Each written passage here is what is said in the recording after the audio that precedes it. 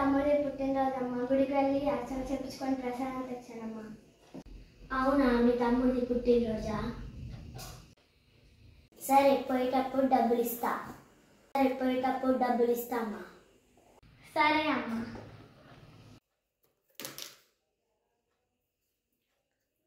ఇంకా పని మనిషి ఇచ్చింది తింటావా నువ్వు? అంత కకృతి ఎందుకు నీకు?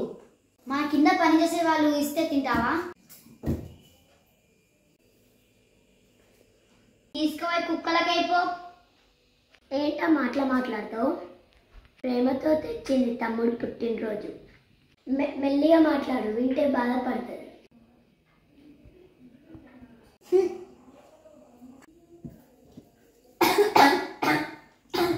అయ్యో, అమ్మాయికి శ్రమ పడ్డట్టుంది.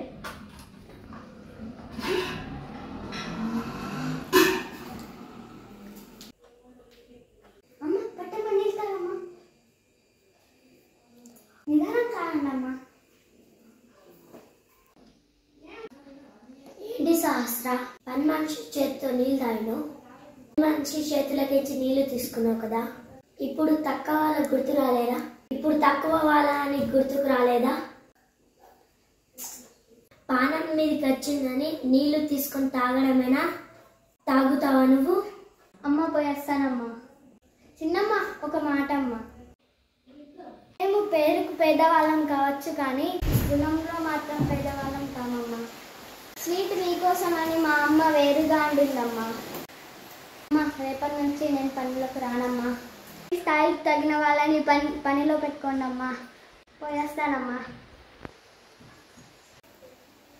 బాగైందా? రేపటి నుంచి పని మొత్తం నువ్వే చేయి, నేను చెయ్యను.